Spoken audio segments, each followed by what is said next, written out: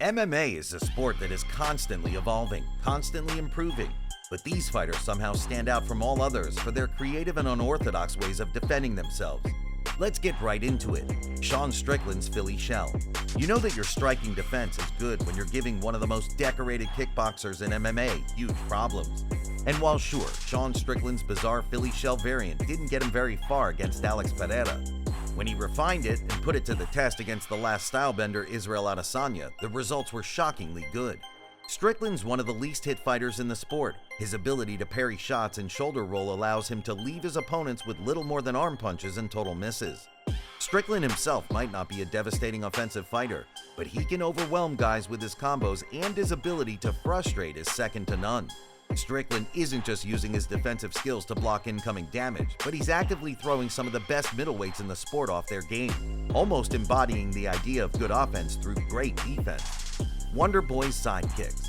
But we're not only focusing on one blocking and parrying when it comes to this video. No, there are certainly fighters who take preemptive measures to deal with incoming offense. Stephen Wonderboy Thompson is one of those guys. The way he fires offside kicks to keep his opponents at bay is a true testament to how difficult he is to deal with on the feet, even these days. Not only does Thompson have elite range control and footwork, but the way he uses his front leg is unlike anyone else in the sport. He fires offside kicks with more speed than most people throw jabs. This makes closing the distance on him something that only a few select elite fighters can pull off. He can aim this kick up high to the head or use to stab the midsection. Though he can generate decent power and snap with it, it's utilized more so to deter his opponent from moving forward, catching them as they advance towards Wonderboy's position. Dominick Cruz's footwork head movement. The longtime former WEC and UFC bantamweight champion Dominick Cruz could well be pointed to as the poster boy for unorthodox defense in MMA.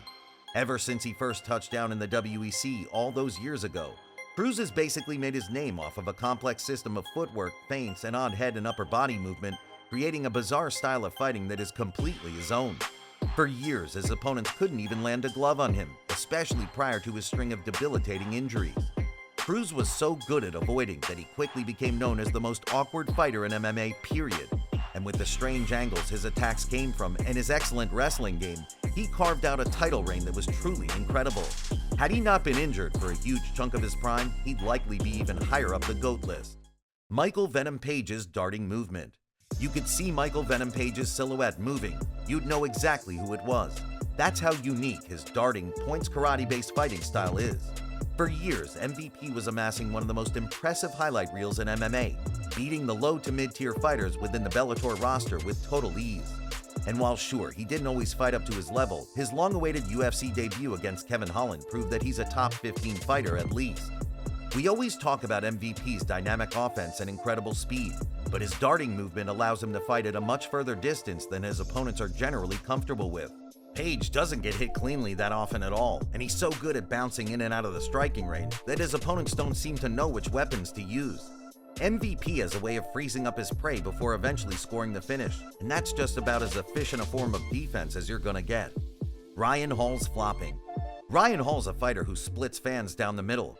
Some of us really enjoy watching his bizarre BJJ-centric style of fighting work in the octagon, but there are others who find his tendency to flop to the mat at the slightest contact frustrating. But here's the thing with Ryan Hall, his spinning kicks are actually pretty solid. If he lands with big power, he can knock down you right over. Just ask Darren Elkins. But Hall is so much better than most of his opponents on the mat that they shrink away at the slightest hint that he's about to try and roll into a leg lock or flop to his back. You may think bull rushing Hall is the best route towards a quick KO, but as soon as Ryan feels threatened, he'll anticipate your momentum and fall backwards, dropping into a guard position that his opponent will fall right into if they're not careful. It's a tactic that intentionally is designed to frustrate his opponents. And while every now and again you'll get a guy like Ilia Topuria who's not willing to play Hall's games, 90% of fighters who take this BJJ innovator on want absolutely no part of his ground game. Dustin Poirier's elbow block. When a striker as experienced as Max Holloway's returning to his team after a hard round and telling him that Dustin Poirier blocks weird, Throw that right kick. You gotta let it go, okay? Blocking weird. You know that something special is afoot. Poirier's just about as experienced as it gets in high-level MMA, a man who's fought pretty much every great fighter the lightweight division has produced in recent years. DP is a warrior through and through, and a guy who's conditioned to hard-fought battles as well as anyone. Poirier's extremely unorthodox defensive game is a big reason for his success in the pocket. He employs some form of variation of the shoulder roll and parrying games of some of the entries here, but he does it in a way that allows him to counter with way more conviction than someone like Sean Strickland. When you fight Dustin Poirier, expect that your punches will land on forearms, elbows, and simply whiz by entirely. Dustin knows exactly how to manage himself inside a high-octagon slugfest, and if you look at his resume, those are the fights he tends to do his best work in. Jon Jones's oblique kick. Just like the side kicks of Stephen Thompson, the oblique leg kick of Jon Jones is a great way for him to break up his opponent's rhythm and forward movement. But the damage he's able to cause by stamping his foot down on his target's limb is the real kicker here. Excuse the pun.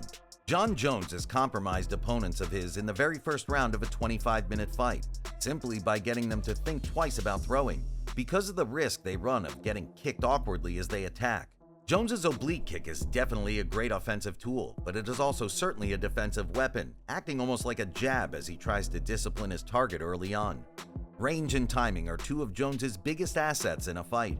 This weapon showcases both to their fullest, sheer mastery on display. Sean O'Malley's constant feinting. The best fighters have a way of shutting down their opponents without even making contact, and for the reigning bantamweight champion Sean O'Malley, he has his feinting game down to an exact science. Dare we say to an even greater extent than Israel Adesanya. Fighters just seem totally stuck when they fight Sugar Sean. Aljamain Sterling lost his title to O'Malley because his own offense and desire to wrestle was immediately stopped in its tracks by Sean's constant feint. He overloaded the champion's system early with his movement and then walked him directly into a counterpunch early in round 2 to win the fight. And for Marlon Vera, a man who will wait on that perfect opening to strike, he ended up getting absolutely dominated for 5 rounds, unable to get his game going, mainly because O'Malley was out-feinting him constantly. It's a tool for offense, sure, but its defensive payoffs cannot be ignored. Love the unorthodox defense? Buckle up for a showcase of our favorite unorthodox offense techniques in the next video.